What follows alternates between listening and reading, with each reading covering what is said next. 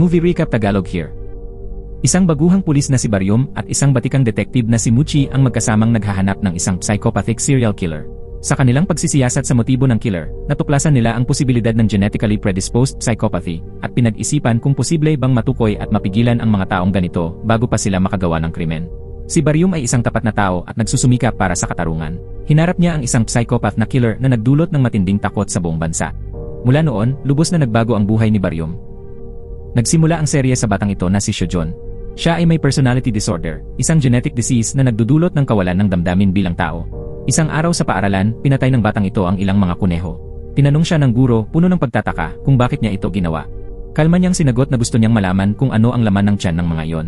Lubhang natakot ang guro matapos marinig iyon, at mula noon ay labis na siyang natakot sa estudyanteng ito. Kalaunan, ipinatawag ang ama ng bata sa paaralan upang kausapin. Nang malaman ng ama ang kakaibang ugali ng anak, galit siyang umuwi at binugbog ang bata. Dahil dito, nagkimkim ng matinding galit si Shojun. Pag-uwi niya sa bahay, brutal niyang pinatay ang kanyang ama. Mula noon, naging adik siya sa pakiramdam ng pagpatay. 10 taon ang lumipas, isang ina ang naglalakad pauwi. Sa daan, nakasalubong niya ang isang batang babae na tumatakbong humihingi ng tulong. Sabi ng bata, na aksidente po ang sasakyan namin sa gilid ng kalsada. Agad na tumulong ang mabait na ina, ngunit hindi niya inaasahan na atakihin siya ni Shojun, na ngayon ay isa ng ganap na adulto. Si Shojun ay lubhang malupit at walang awang pumatay. Makalipas ang isang linggo, natagpuan ng pulisya ang bangkay ng babae. Putol ang ulo nito, at sa kanyang kamay ay may nakaukit na mga numero at letra na walang kahulugan. Mahigit 18 biktima na ang natagpuang putol ang ulo, ngunit hindi pa rin matagpuan ng mga pulis sa buong bansa ang salarin. Wala nang nagawa ang Pangulo, kundi mangako sa mga mamamayan na siya mismo ang mangunguna sa investigasyon. Tinawag nila si Professor Daniel, isang psychologist. Ipinaliwanag niya na ito ay isang bihirang personality disorder, at ang taong ito ay may gene ng isang serial killer. Ayon sa profesor, maaaring gawin ang genetic test sa maagang yugto ng pagbubuntis, at kung matuklasan ang gene ng killer, maaaring ipilit ang aborsyon. Sumang-ayon ang National Assembly matapos marinig ito. Bagaman negatibo ang pamamaraang ito, tila nalutas naman ito ang problema ng mga sunod-sunod na pagpatay. Ngunit habang wala pang desisyon ang National Assembly, nagpatuloy sa pagpatay si Shojun. Si Shojun ay isang siruhano. May asawa siya at buntis ito. Isang araw, may pamilyang 4 na nagtungo sa isang campsite. Dahil sa malakas na pag-ulan ng nyebe, wala nang ibang tao sa lugar na yon. Habang kumukuha ng tubig ang ina, nakasalubong niya si Shojun. Agad siyang sinugod ng lalaki. Pinilit ng ama na pigilan ito, habang ang ina naman ay nataranta at isinakay ang 2 anak sa sasakyan upang tumakas. Ngunit dahil sa matinding lamig, hindi umandar ang sasakyan. Nang makita ng ina na pinatay ng killer ang kanyang asawa at papalapit na sa kanila, pinigilan niya ang kanyang sakit at sinabi sa panganay na anak na alagaan ng mabuti ang kanyang nakababatang kapatid. Lumabas siya upang akitin ang killer at handang isakripisyo ang sarili upang mailigtas ang kanyang 2 anak. Nasaksihan ng 2 magkapatid ang pagpatay sa kanilang ina. Ang bunsong kapatid ay napasigaw sa takot, habang ang nakatatandang kapatid ay hindi sinasadyang nawalan ng malay ang kapatid dahil tinakpan niya ang bibig nito. Nang makita niyang papalapit na ang killer sa sasakyan, inilagay ng nakatatandang kapatid ang kanyang kapatid sa loob ng maleta at itinago iyon sa ilalim ng aparador, samantalang siya naman ay nagtago sa loob ng aparador. Sa oras na iyon, pumasok sa sasakyan ang killer upang maghanap. Nang makita niyang bubuksan na ng killer ang maleta, biglang lumabas ang nakatatandang kapatid upang akitin ito. Sa huli, brutal pa ring pinatay ni Shojun ang nakatatandang kapatid. Nakita ng bunsong kapatid ang lahat mula sa butas ng maleta. Sa sandaling iyon, dumating ang mga pulis at mabilis na dinala ang mga bata sa ospital. Dumating agad si Police Officer Park. Bagaman nasa labis na pagkabigla pa ang bata, sinubukan pa rin itong ilarawan kung ano ang hitsura ng killer, dahil ang asawa at anak din ni Police Officer Park ay pinaslang ng parehong killer. Pinigilan siya ng kanyang mga kasamahan upang kalmahin ang bata. Sa sandaling iyon, biglang itinuro ng bata ang pader at sinabi, siya ang taong iyon. Napagtanto nila na sa pader ay may larawan ni Shojun. Dahil kilala siya bilang isang tanyag na doktor, nakapaskil ang kanyang poster doon. Sa oras na yon, si Shojun ay nasa bahay nang dumating ang mga pulis. Mabilis nilang dinakip at nilagyan ng posas ang serial killer. Dahil lahat ng mga biktima ay walang ulo, agad nagsagawa ng paghahanap ng ebidensya ang mga pulis, ngunit wala silang natagpuang ulo sa loob ng bahay. Nagtanong ang pinuno ng pangkat kung nagkamali ba sila at hindi dapat naniwala sa sinasabi ng isang bata. Nakita ito ni Shojun at nagpakita ng mapanuyang ngiti. Inakala niyang walang makikitang ebidensya ang mga pulis. Ngunit sa sandaling iyon, palihim na sinaksak siya ng batang nakaligtas gamit ang kutsilyo at pagkatapos ay tumakbo palayo. Dahilan upang tamaan niya ang snowman at nahulog ang 2 ulo na nakatago sa loob. Nagulat ang mga pulis sa tagpong iyon. Agad namang nakilala ng bata ang isa sa mga ulo dahil sa suot nitong hairpin ng kanyang ina. Kinabukasan, naging laman ng lahat ng pahayagan ang balita. Ngunit matapos maaresto, paulit-ulit na sinabi ni Shojun sa mga reporter na wala siyang alam sa 2 ulo na natagpuan ng pulisya. Dahil tanging isang bata lamang ang testigo, kinansela ng korte ang kaso at pinalaya si Shojun. Labis na nabagabag si Police Officer Park at pinilit si Seo-jun na sabihin kung nasaan ang kanyang anak na babae. Galit na galit siya ngunit wala siyang magawa. Samantala, nakaupo ang asawa ni Seo-jun sa labas kasama si Professor Daniel. Tinanong niya ang profesor kung posible bang magmahal ng ibang tao ang isang taong may personality disorder. Sumagot ang profesor na ang taong may personality disorder ay nagmamahal lamang sa sarili at hindi kayang magmahal ng iba. Samantala, nakangiting sinasagot ng killer ang mga reporter at buong kumpiyansang sinasabing siya ay inosente. Ngunit nang lumapit siya at kunwaring yayakapin ang asawa, bigla siyang tinanong nito kung siya ba talaga ang killer. Nalaman na kagabi, habang hinihila ng asawa ni Seo-jun ang kurtina, nakita niyang gumagawa ng snowman ang kanyang asawa sa bakuran. Hindi sinasadyang nakuhanan niya ito ng litrato bilang alaala. Nang ipakita ngayon ng babae ang larawang iyon, naging malinaw ang ebidensya. Hindi na maikailan ni Seo-jun ang kanyang krimen. Inamin niya na huminto siya ng sasakyan sa gitna ng kalsada nang aksidenteng lumapit ang lalaki upang magtanong ng direksyon papunta sa campsite. Pagkatapos magbigay ng direksyon, agad niyang napagdesisyonan na gawing target ang mag-asawa at ang kanilang dalawang anak. Tinanong ng asawa si Seo-jun kung bakit siya nagpakasal kahit hindi naman siya minahal. Ang sagot ni Seo-jun ay ikinagulat ng lahat. Sinabi niya na kailangan niyang lumikha ng isang tagapagmana ng isang serial killer, ang magiging ikalawang henerasyon ni Seo-jun. Buntis na noon ang kanyang asawa at malapit ng manganak kaya dinala siya sa ospital kinabukasan. Hiningi niya kay Professor Daniel na isailalim sa genetic test ang kanyang anak. Sinabi ng profesor na ang bata ay may taglay na gene ng personality disorder. Lubos na nabigla at nasiraan ng loob ang asawa. Hindi niya kayang talikuran ang kanyang anak, ngunit kung palalakihin niya ito, malaki ang posibilidad na maging killer rin ito tulad ng ama. Sa pagkakataong iyon, hindi sinasadyang nakilala ng asawa ni Seo-jun ang isa pang buntis na babae na kamukha niya. Ang sanggol din sa sinapupunan ng buntis na ito ay may parehong gene ng personality disorder. Ngunit nagpa siya ang buntis na ito na ituloy ang kanyang pagbubuntis. Naniniwala siyang mapapalaki niya ng maayos ang kanyang anak. Dahil sa mga salitang iyon, nagpa siya rin ang asawa ni Seo-jun na ituloy ang kanyang pagbubuntis. Kaya sa mga sumunod na taon, ipinanganak ang dalawang batang parehong may personality disorder. Mabilis ang lumipas na panahon at 20 taon na ang nakalipas. Si Seo-jun, bagaman pumatay ng 21 katao, ay nahatulan lamang ng habang buhay na pagkakabilanggo dahil inalis na ng Korea ang parusang kamatayan. Nakaupo si Seo-jun sa kulungan at walang pakialam na nagbabasa ng dyaryo. Nasa balita na may isa pang killer sa labas na mas nakakatakot kaysa sa kanya at malaki ang posibilidad na yon ay ang kanyang anak. Sa ngayon, mahigit 30 biktima na ang napatay sunod-sunod. Isang araw bago nito, ang may-ari ng isang boxing hall ay tinali sa upuan at sinunog hanggang mamatay. Kinabukasan, sa isang maulan na gabi, isang babae na bagong galing sa trabaho ang sinundan ng killer. Pagpasok niya sa isang madilim na eskinita, brutal siyang pinatay, habang suot pa rin ang kanyang singsing. Kinabukasan, natagpuan ng mga pulis ang bangkay ng babae sa imburnal, at napansin nilang pinutol ang daliri nitong may suot na singsing. Dumating sa lugar si Police Officer Muchi at labis na nagalit sa nakita. Maya-maya, pumunta si Muchi sa bilangguan upang makipagkita kay Seo-jun at sinabing tila ang anak nito ay isa ring serial killer. Nang marinig iyon, labis na naging interesado si Seo-jun at nais niyang makita ang kanyang anak. Pagbalik niya sa kanyang selda, hiniling niya sa bantay na bigyan siya ng ilang karayom at sinulid. Dahil sa mga karumal-dumal na krimeng ginawa ni Seo-jun noon, takot sa kanya ang mga gwardiya at pulis sa kulungan. Ang gwardyang iyon ay baguhan at hindi alam ang tunay na pagkatao ni Seo-jun kaya tumanggi ito. Pagkatapos nito, ikinuwento ng gwardiya sa doktor sa loob ng selda ang lahat ng nangyari. Pinaalalahanan ng doktor si Seo-jun na marami na siyang napatay na mga gwardiya sa bilangguan, kaya kung hihingi siya ng anumang bagay, kahit pa ito ay tila hindi makatwiran, dapat pa rin nila itong ibigay. Huli na para matakot ang gwardiya ngayon. Sa araw na yon, nag-organisa ang bilangguan ng isang palabas ng sirko para sa mga preso. Sa oras na yon, dumating ang isang pulis, si Baryum, ang anak ng pangalawang buntis na ina sa simula ng kwento. Bagaman may taglay siyang gene ng personality disorder, isa siyang napakabait at mahinahong pulis sa kasalukuyan. Kaibigan din niya ang matapang na gwardyang nakasama niya kanina. Magkasama nilang binuhat ang isang aparador na gagamitin para sa palabas ng sirko sa mga preso mamaya. Sinabi ng gwardiya kay Baryum na labis siyang nadidismaya sa lugar na yon. Ang mga preso sa death row ay namumuhay ng maginhawa gamit ang buwis ng mamamayan at tila walang pagsisisi sa kanilang mga ginawa. Hindi alam ni Baryum ang isasagot matapos marinig iyon. Sa mga sandaling iyon, napansin niya si Seo-jun sa di kalayuan. Tinitigan din ni Seo-jun ang dalawa. Nang magtama ang kanilang mga mata, mabilis na umiwas si Baryum at tumalikod. Samantala, sina Police Officer Muchi at ang kanyang kasintahan ay nagtungo sa pinangyarihan ng krimen upang magsagawa ng investigasyon. Inilarawan ng kasintahan ang posisyon ng biktima sa imburnal. Noon, ang daliri ng biktima ay bali at nakaturo sa krus sa tuktok ng simbahan. Mukhang sinasadya ng killer na insultuhin ang krus. Pagkatapos ay nagtungo sila sa boxing gym ng isa pang biktima. Ang naputol na daliri doon ay nakaturo rin sa krus sa labas ng bintana. Parehong may pagkakatulad ang dalawang kasong ito. Ang laruan na singsing na ibinigay ng babae sa unang biktima ay nawala, at pati ang guwantes sa boxing ng pangalawang biktima ay hindi rin natagpuan. Ibig sabihin, sinasadya ng killer na kunin ang mga bagay bilang tropeo ng kanyang pagpatay, at nangangahulugang hindi pa siya titigil. Samantala, nagsimula na ang palabas ng sirko sa bilangguan. Si Seo-jun ay naroon din sa mga manonood. Isinilid ni Baryum ang isang preso sa kahon at pinaikot ito upang magmukhang naglaho ang preso. Ngunit nang buksan nila muli ang kahon, laking gulat ng lahat nang makita na hindi na ang preso ang nasa loob, kundi ang gwardiya, sugatan at duguan ang buong katawan. Nagkagulo ang lahat sa loob ng bulwagan. Si Seo-jun lamang ang nanatiling kalmado. Agad silang tumawag ng doktor upang magbigay ng lunas, ngunit walang dumating. Tanging si Seo-jun lamang, na dati ay isang doktor, ang naroon. Dahil sa matinding pangangailangan, napilitan siyang bigyan ng paunang lunas ang sugatang gwardiya. Dahil dito, nailigtas ang buhay ng gwardiya.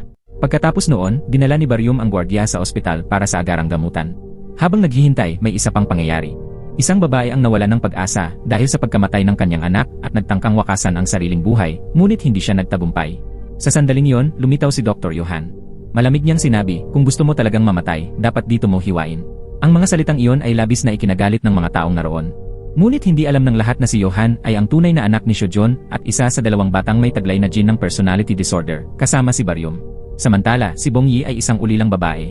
Pinatay rin ni Seo-jun ang kanyang mga magulang, kaya madalas siyang matakot. Tuwing umuulan, kinakabahan siya at parang nasusuka sa takot.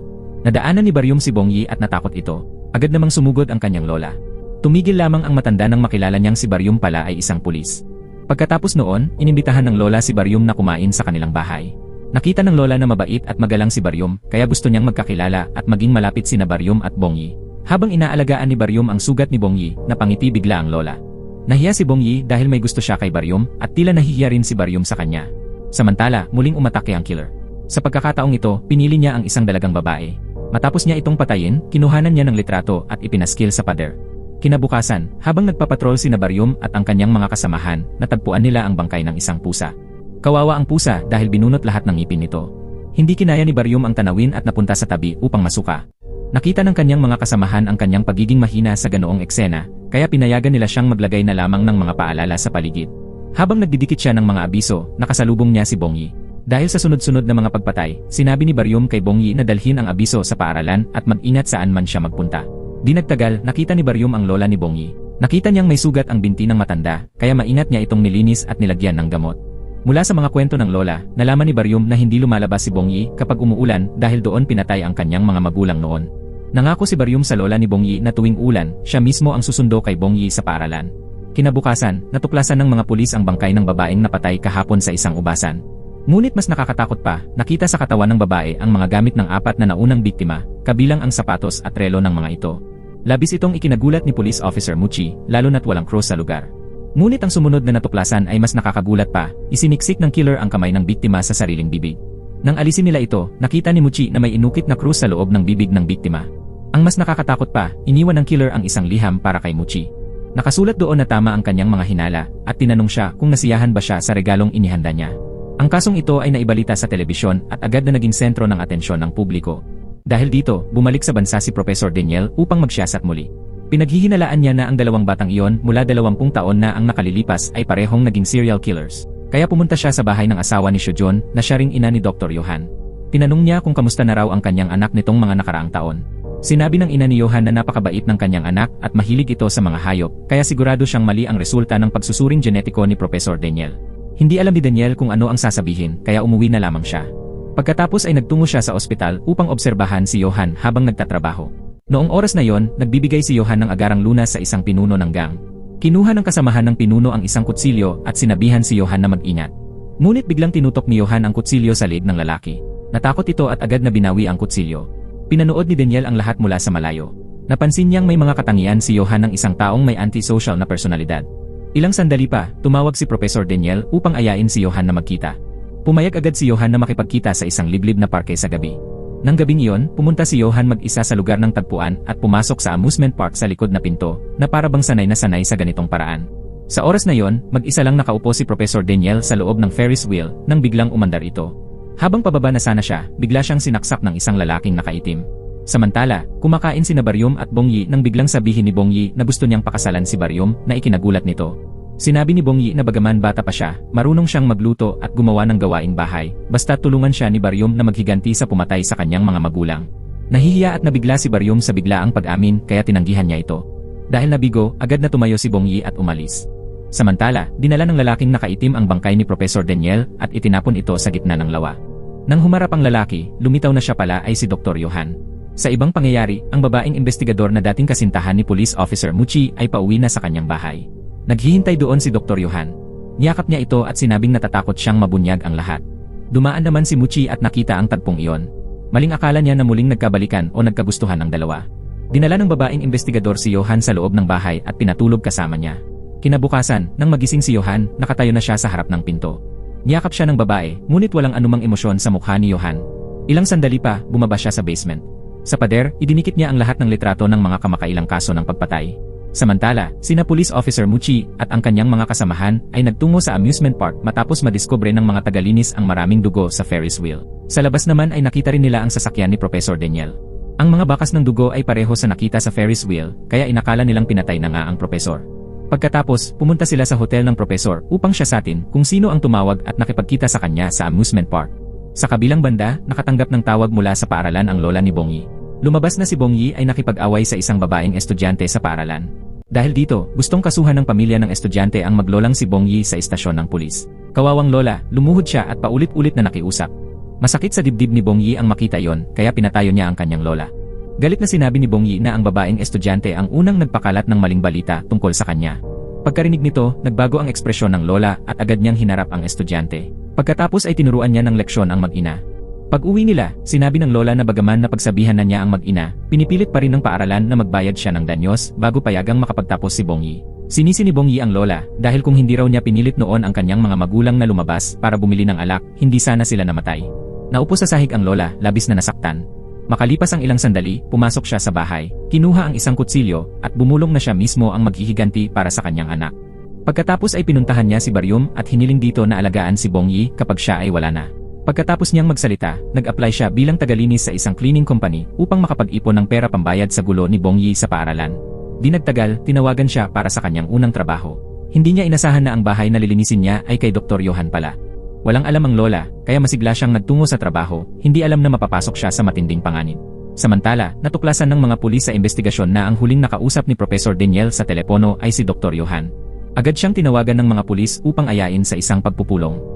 Lumabas si Johan mula sa basement, ngunit nakalimutang i-lock ang pinto. Habang nakikipag-usap siya sa mga pulis, bigla niyang naalala na nakalimutan niyang i-lock ang basement. Natakot siya na baka pumasok doon ang lola, kaya gusto niyang umuwi agad. Ngunit pinigilan siya ni Muchi at hiningan ng alibay. Iniwan ni Johan ang numero ng kaibigan bilang contact at agad na umalis. Mabilis siyang nagmaneho, umaasang makakauwi kaagad. Sa parehong oras, naglilinis ang lola sa bahay at aksidenteng nakita ang basement, kaya bumaba siya upang silipin.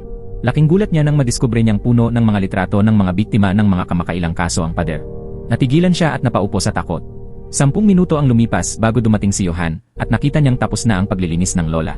Bagaman nanginginig sa takot, sinubukan pa rin ng lola na magpakakalma. Agad bumaba si Johan sa basement upang suriin at napansin niyang may nawawalang litrato, iyon ay kinuha ng lola. Mabilis siyang sumakay ng sasakyan at hinabol ito, ngunit nakasakay na agad ang lola sa bus. Ang larawang dala niya ay ang larawan ng batang babae mula sa kaso sa ubasan. Plano niyang dalhin ito kay Baryum upang ipahuli si Johan. Ngunit sa hindi inaasahan, nasa labas na si Johan, nagmamaneho at habol pa rin sa kanya. Pagsapit ng gabi, nakauwi na si lola. Wala si Bongyi sa bahay kaya tinawag-tawag niya ito, ngunit walang sumagot o nagbukas ng pinto. Napansin ni lola na sinusundan pa rin siya ni Johan mula sa likuran. Natakot siya at tumakbo papasok sa isang makitid na eskinita, ngunit hindi sinasadyang nakita siya ni Johan. Sa kabilang banda, nakatanggap si Baryum ng mensaheng humihingi ng tulong mula kay lola. Agad siyang tumakbo papunta sa kinaroroonan nito, ngunit pagdating niya roon, nadatnan niyang nakahandusay na si lola sa sariling dugo. Nakita niya ang isang lalaking nakaitim malapit doon, kaya agad niya itong hinabol. Napakatindi ng habulan. Determinado si Baryum na mahuli ang killer, ngunit habang tumatawid siya ng kalsada, nasagasaan siya ng sasakyan. Galit at labis na nanghihinayang si Baryum dahil hindi na niya ito mahahabol. Nakita na lamang niyang si Dr. Johan ay tumingin sa kanya at saka umalis. Kinuha ni Johan ang larawang hawak ni lola at sinunog ito upang sirain ang ebidensya. Ilang sandali pa, dumating ang mga pulis sa lugar. Pauwi naman si Bongyi habang umuulan at narinig mula sa mga kapitbahay na may nangyaring pagpatay sa malapit. Wala siyang kaalam-alam kaya sumunod siya upang makinig sa mga balita. Pumasok si Police Officer Muchi sa lugar ng krimen at nakita ang bangkay ng isang matandang babae na pamilyar sa kanya. Maingat siyang nag-isip at naalala ang kasong nangyari 10 taon na ang nakalipas. Ang anak at manugang ng matandang babae ay pinatay ng isang killer. Nagalit at nalungkot si Muchi, itinatanong sa Diyos kung bakit tila napakalupit ng tadhana sa mga mahihirap. Ilang sandali pa, dinala na ang katawan ng lola. Pinunasan ni Muchi ang dugo sa mukha nito upang makita ni Bongyi ang kanyang lola.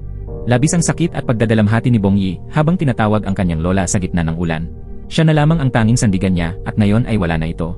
Pagkatapos noon, nagtungo si Muchi sa ospital upang tanungin si Baryum kung ano ang nangyari. Ikinuwento ni Baryum na nakipaglaban siya sa killer at kinumpirma niyang kaliwete ito at may amoy ng mint. Samantala, nasa banyo si Dr. Johan at gamit ang kaliwang kamay upang kumuha ng shower gel. May dugo sa sahig. Dumating bigla ang kanyang ina at napansin na may dugo ang jacket ni Johan. Pagkatapos maligo ni Johan, nagspray siya ng pabangong amoy mint. Umuwi ang ina upang ipagluto siya at tinanong kung bakit may dugo ang jacket niya. Nagsinungaling si Johan at sinabing dugo iyon ng pasyenteng ginamot niya. Maya-maya, nagmaneho pa uwi ang ina habang nakikinig sa radyo. Narinig niya ang ulat tungkol sa kaso ng pagpatay kay Lola. Agad siyang napatigil at napaiyak. Nahinuha niyang ang anak niya ang may kagagawan ng mga kamakailang pagpatay. Labis siyang nagsisi na isinilang niya ito. Si Baryum naman ay nanatiling nakakonfine sa ospital magdamag dahil sa aksidente. Kinagabihan, tahimik na nagtungo si Johan sa silid ng ospital ni Baryum. Dahan-dahan niyang inilabas ang karayom na may lason, handang patayin si Baryum. Ngunit biglang may narinig siyang ingay sa labas, kaya't dali-dali siyang nagtago. Ang taong pumasok ay si Bongyi. Umiiyak siyang lumapit kay Baryum at nagmakaawa na tulungan siyang mahuli ang salarin. Dahil wala nang pagkakataon para kumilos, napilitan si Johan na umalis. Pagkaraan ng pagkamatay ng lola, nagulo ang buong Korea.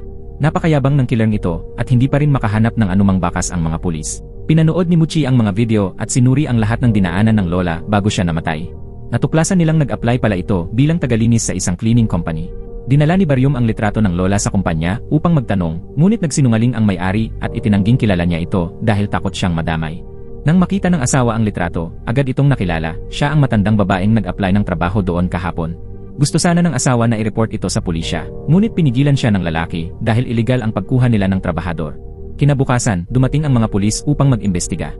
Nakamasid si Johan mula sa itaas at agad niyang tinawagan ang kanyang pinsan upang magpanggap na alibay. Makalipas ang ilang sandali, tinanong ng pulis ang pinsan at sinabi nitong nasa bahay niya si Johan buong araw noong araw ng krimen.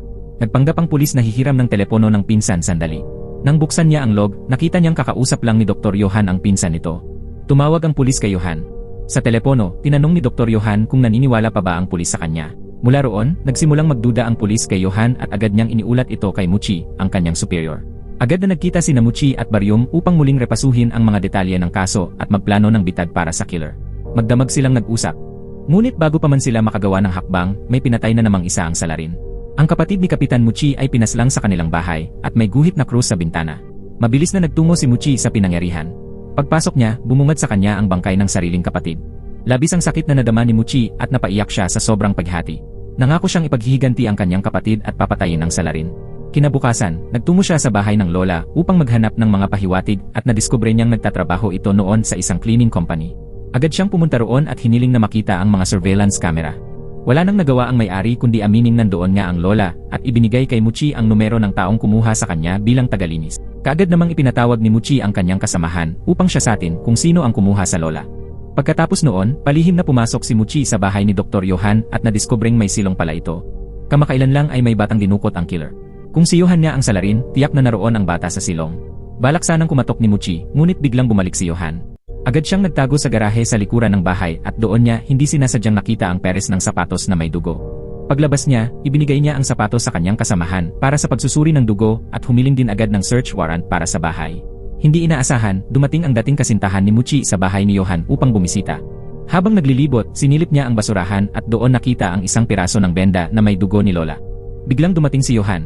Nagpanggap ang babae na kalmado, niyakap si Johan at itinago ang benda. Ngunit naramdaman ni Johan na may kakaiba. Alam niyang nagsisimula ng magduda ang kanyang kasintahan, kaya sinabi niya rito na ikukwento niya ang lahat kinabukasan. Bigla namang tumawag si Muchi.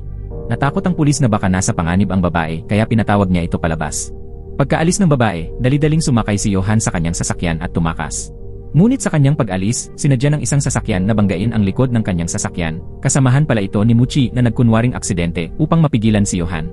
Ilang sandali lang, dumating ang mga pulis. Sinabi ng babae na may narinig siyang umiiyak na sanggol sa loob ng sasakyan. Agad na naglabas ng baril ang mga pulis at inutusan si Johan na bumaba upang siyasatin. Wala nang nagawa si Johan kundi sumunod. Mula sa malayo, pinanonood ni Muchi ang lahat, labis na nag-aalala. Iniulat ng kanyang kasamahan na hindi pa rin nila makuha ang search warrant. Sa sandaling iyon, binuksan ni Johan ang kanyang maleta. Kung naroon ang nawawalang sanggol, agad sanang tatakbo si Muchi at babarilin si Johan upang ipaghiganti ang kanyang kapatid. Ngunit nang buksan ni Johan ang maleta, mga damit lamang ang laman. Laking gulat ni Muchi nang malaman iyon. Dahil wala silang ebidensya, kaya naghahanda na si Johan upang umalis. Ngunit pinigilan siya ng mga pulis at sinabing kailangan pa nilang suriin ang trunk ng sasakyan. Hawak ni Muchi ang baril at handang paputukan si Johan. Nang buksan nila ang trunk, wala ring laman yon. Naramdaman ni Muchi na may mali. Hindi ba't dapat ay kinuha ni Johan ang bata upang patayin? Agad siyang bumalik sa bahay ni Johan at binasag ang kandado ng silong. Ngunit pagpasok niya, wala itong laman at nawala na rin ang mga larawan ng mga kaso. Kinagabihan, habang nagmamaneho si Johan palayo, palihim namang pumasok si Baryum sa bahay nito at bumaba sa silong. Doon, nadiskubre niyang may nakatagong lihim na pintuan. Pagpasok niya, nakita niya sa dingding ang mga litrato, at ang mga ito ay puro larawan niya mismo. Pagkaalis ni Baryum, dumating agad ang mga pulis. May dala silang agarang warrant para sa pag-aresto kay Johan.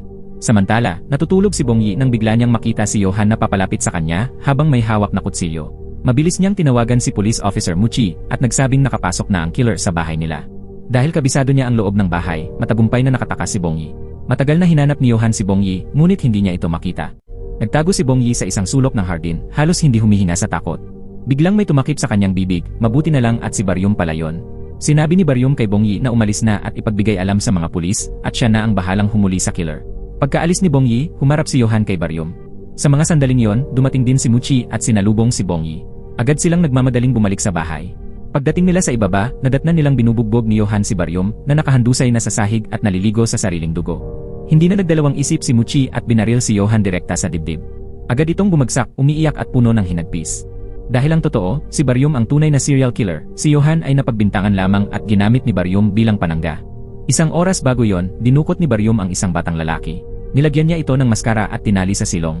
Doon, kinuhanan ni Baryum ng video ang bata at tinawagan ang mga pulis upang hamunin silang hanapin ito.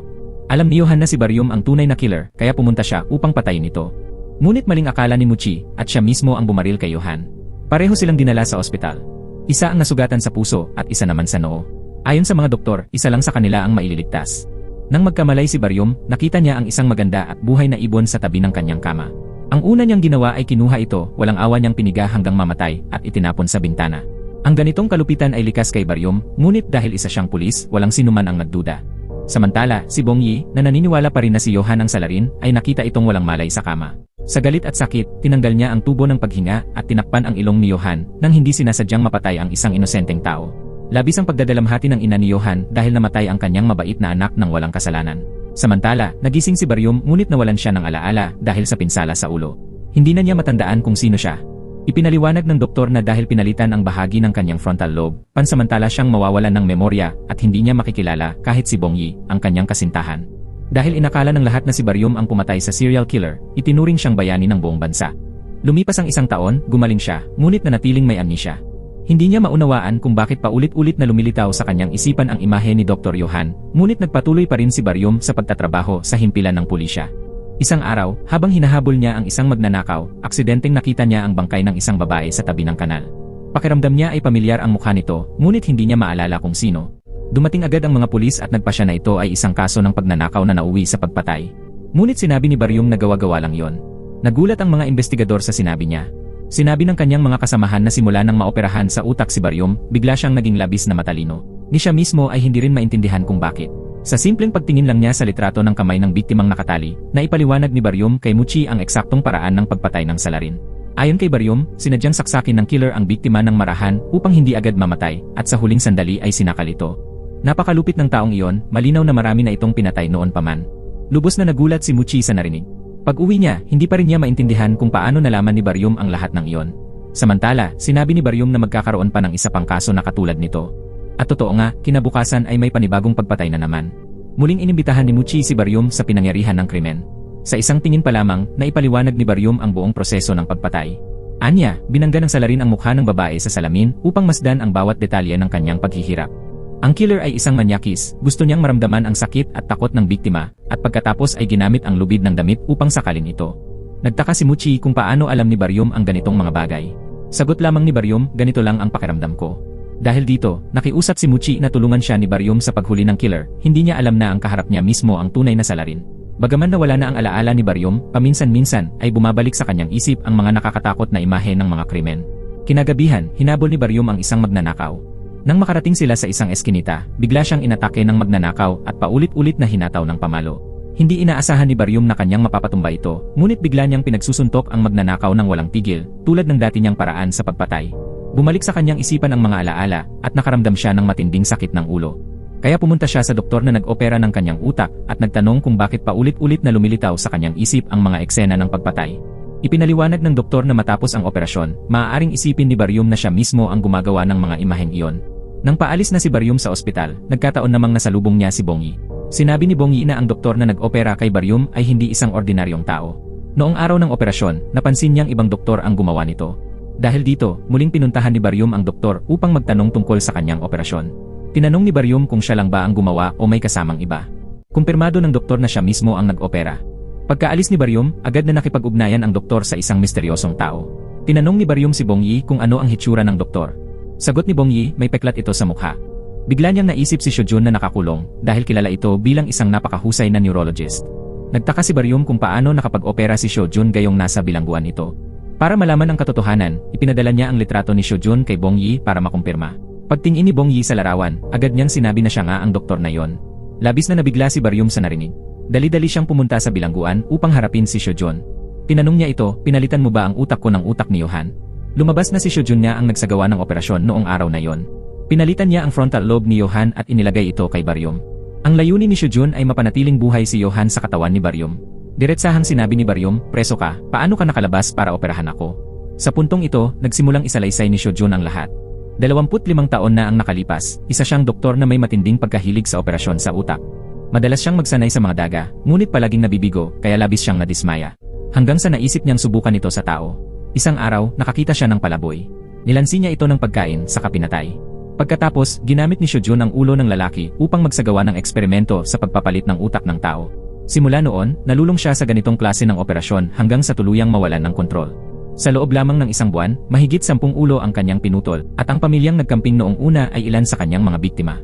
Sa kasalukuyan, si Shojun lamang ang nakakaalam kung paano isagawa ang operasyon sa frontal lobe sa buong Korea. Kaya noong araw na parehong malubhang nasugatan sina Baryum at Johan, personal na pumunta ang presidente kay Shojun upang hilingin na iligtas si Baryum. Sinabi ni Shojun na gagawin lamang niya ang operasyon kung siya ay palalayain. Ngunit kung palalayain siya, daan-daang tao ang mamamatay taon-taon. Kaya't hindi pumayag ang presidente. Lumuhod pa ito at nakiusap kay Shojun dahil si Baryum noon ay itinuturing na pag-asa ng mga tao kaya't dapat siyang mailigtas. Bigla namang pumayag si Shojun dahil nais niyang mailipat ang utak ng anak niyang si Johan sa katawan ni Baryum. Nang malaman ni Baryum na bahagi ng kanyang utak ay kay Dr. Johan, labis siyang nabagabag, lalo na't si Johan ay anak ni Shojun. Habang pinag-iisipan niya ito, lalo siyang nababalisa at nalulungkot. Biglang may kumatok sa pinto. Si Muchi pala yon. Lasing si Muchi at bigla niyang sinuntok si Baryum. Agad namang sinunggaban ni Baryum ang leg ni Muchi. Napaka-propesyonal ng kanyang kilos, tila ba dati na niyang ginagawa ito. Hindi niya makontrol ang sarili at gustong patayin si Muchi. Pinulot niya ang isang bato at walang habas itong ibinagsak. Walang pinagkaiba ang galaw niya sa isang serial killer. Kinabukasan, nagising si Muchi at tinanong si Baryum kung nag-away ba sila kagabi. Sagot ni Baryum, lasing siya kagabi at nasugatan lang ang kamay.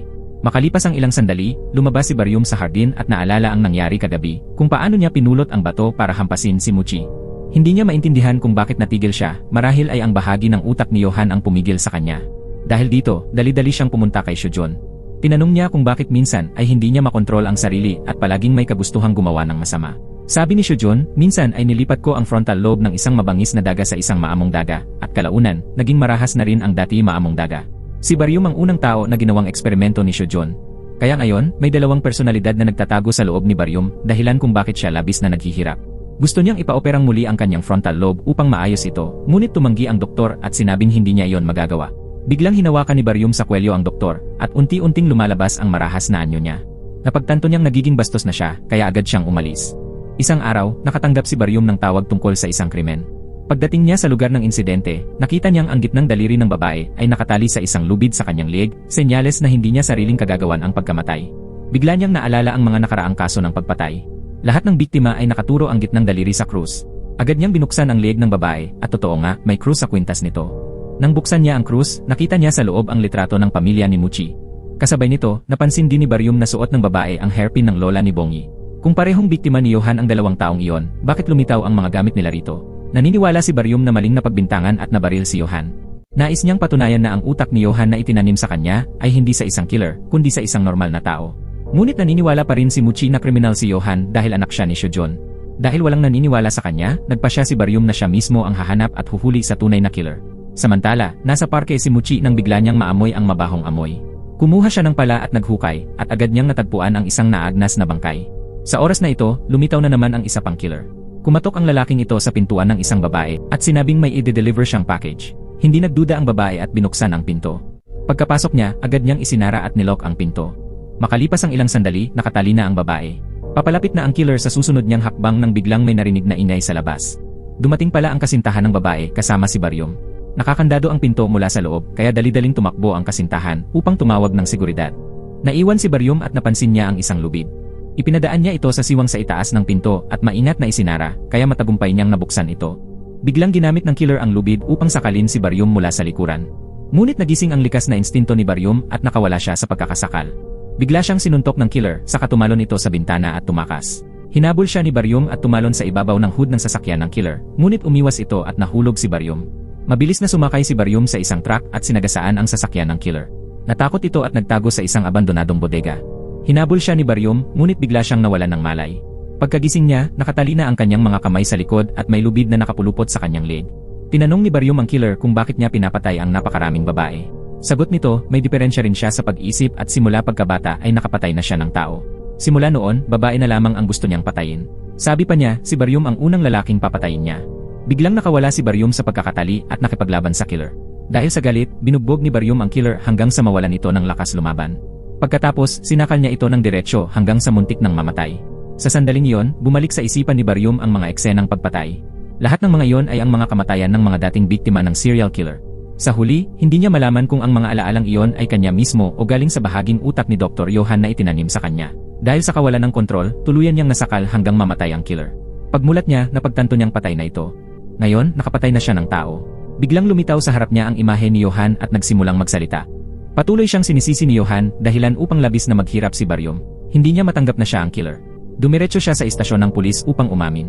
Sa mga oras na yon, abala ang kanyang mga kasamahan sa paghahanap sa killer.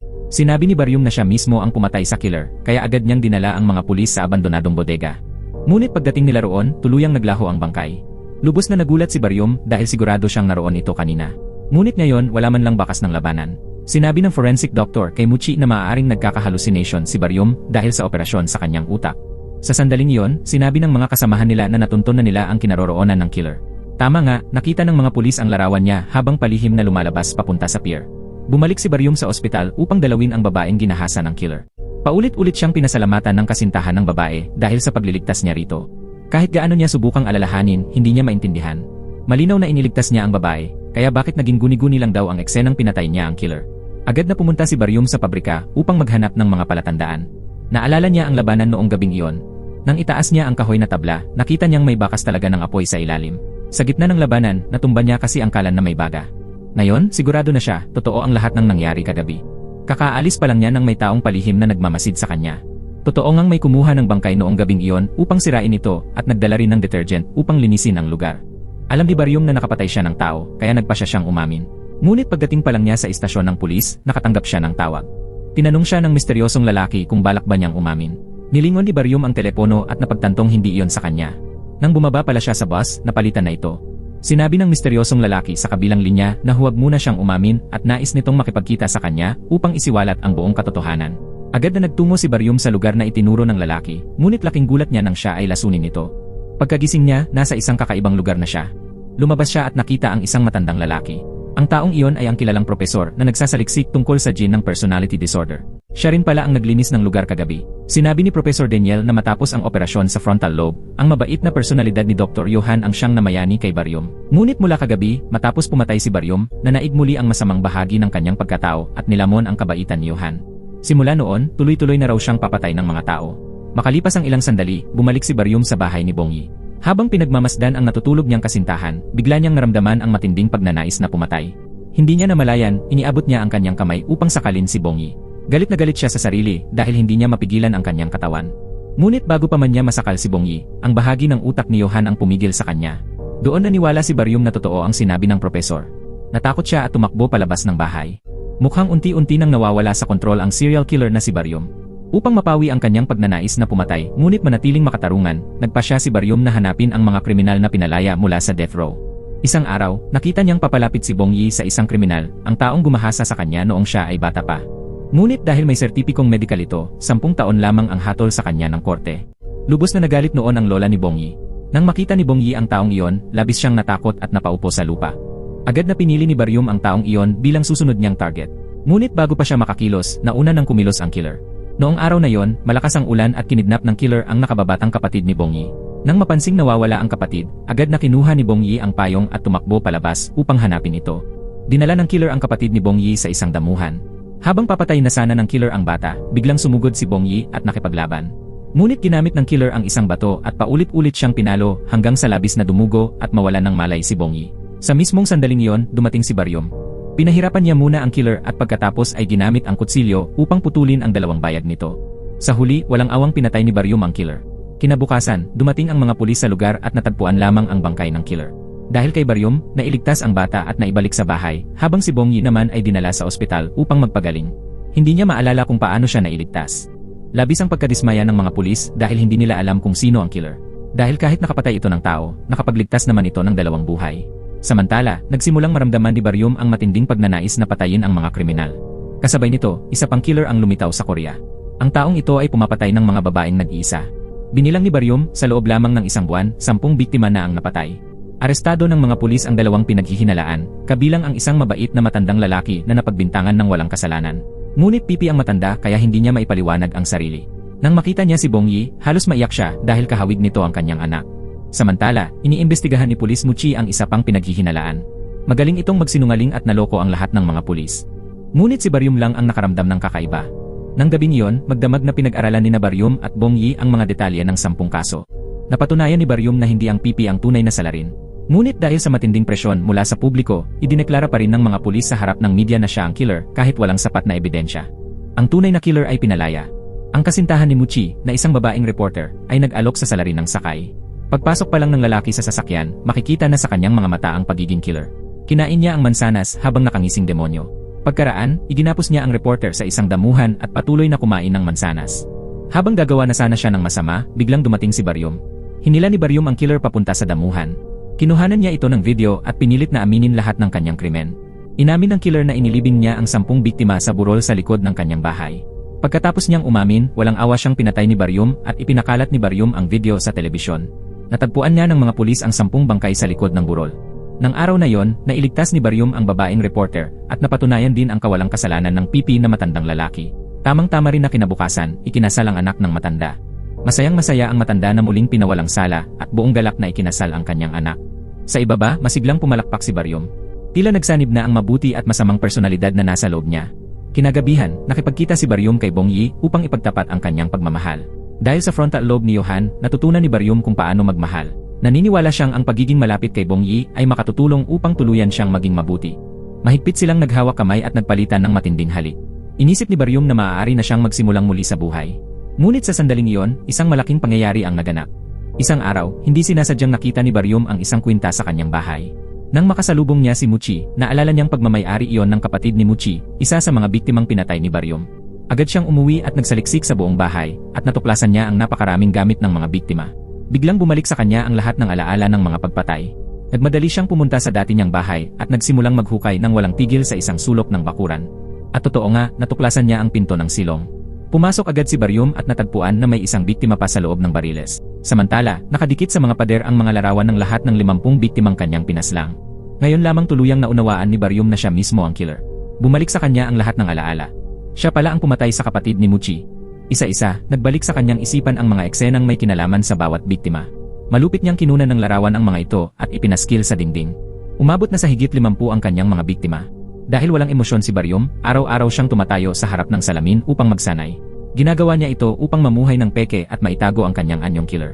Ang frontal lobe ni Johan ang nagpalambot ng puso ni Baryom, dahilan upang siya ay pahirapan ng konsensya at pagsisisi. At itinuturing niya itong isang parusa. Sa oras na yon, nakatanggap siya ng tawag, nagising na raw ang kanyang kaibigang bantay sa kulungan. Naalala ni Baryom na siya mismo ang brutal na pumatay dito. Napaiyak si Baryom at labis na pinagsisihan ang kanyang mga nagawa. Noon, paulit-ulit niyang sinaksak ang bantay sa kulungan. Ngayon, dahil sa konsensya ni Johan, hindi na niya kayang humarap sa kaibigang iyon. Araw-araw ay binabagabag si Baryom ng matinding pagsisisi. Sumulat siya ng isang liham bago magpakamatay at inihanda ang sarili na lisanin ang mundong ito. Isinulat niya roon ang lahat ng kanyang mga kasalanan, kabilang na ang katotohanang si Dr. Johan ang napagbintangan at napatay ng walang kasalanan. Noong araw na yon, natuklasan ni Johan na sa ilalim ng mga paa ni Baryom ay may silong kung saan nakakulong ang isang bata. Gusto sanang bugbugin ni Johan si Baryom hanggang mamatay upang mailigtas ang bata. Ngunit hindi inaasahan, nagkamali ng pag-intindi si Muchi at binaril si Johan hanggang sa mamatay. Pagbalik sa kasalukuyan, binalot ng matinding pagkakasala si Baryum at nagpa siyang tumalon upang wakasan ang buhay. Ngunit bago siya tumalon, nakatanggap siya ng mensahe mula sa kanyang kaibigang bantay sa kulungan. Dahil dito, tumigil si Baryum at bumalik upang makita ang kaibigan. Sinabi ng kaibigan na alam niyang si Baryum ang killer. Pinayuhan siya nitong sumuko dahil iyon ang pinakamabuting gawin para sa lahat. Ngunit pag-alis ni Baryum upang sumuko, dumating ang isang killer at pinaslang ang bantay sa kulungan upang takpan ang mga bakas ng krimen. Biglang naalala ni Baryum na kakakita lang niya sa killerng iyon sa banyo. Nang silipin niya sa labas, nakita niyang paalis ito. Agad siyang tumakbo at hinabol ito. Hindi na nagsalita pa si Baryum at agad niyang sinugod at binugbog ang killer. Ngunit nakatakas ito. Siya pala ay tauhan ng Secretary General. Muling naabutan ni Baryum ang lalaki. Dahil sa kanyang likas na instinct bilang killer, madali niya itong nasunggaban. Ngunit habang kinokontrol niya ito, bigla siyang inatake mula sa likuran. Habang nakikipaglaban sa umatake, naitulak ni Baryum ang kalaban sa hagdan at ito'y namatay. Samantala, ginamit ng killer ang pagkakataon upang makasakay sa sasakyan at makatakas. Agad niyang iniulat sa Secretary General ang nangyari upang linisin ang pinangyarihan. Pagkalipas ng 3 minuto, bumalik si Baryum at nakita ang bangkay na kagagaling pa lang sa pagkakahulog. Alam niyang gawa iyon ng Secretary General upang takpan ang kasalanan. Sa huli, naunawaan niyang isa lang siyang eksperimento nito. Sa libing ng kanyang matalik na kaibigan, labis na nagdalamhati si Baryum at nagpa siyang pabagsakin ang Secretary General. Alam niyang palagi siyang binabantayan ng mga tauhan nito, kaya sinadya niyang pumunta sa isang liblib na lugar upang maakit sila. Hindi nagtagal, 4 na killer ang naengganyo at sumunod sa kanya papunta sa isang abandonadong bahay. Dito, mag-isa niyang hinarap ang 4. Dahil sa kanyang instinct bilang killer, mabilis niyang natalo silang lahat. Ang 4 ay may tatuo ng simbolong OZ sa kanilang katawan. Habang pinipilit ni Baryum na sabihin nila kung sino ang utak sa likod ng lahat, ginamit nila si Bong Yi bilang panakot upang mapakawalan niya ang isang kasamahan nila. Sinamantala nila ang pagkakataon upang biglang atakihin si Baryum at patumbahin siya. Ngunit dahil isa siyang eksperimento, hindi nila siya pinatay.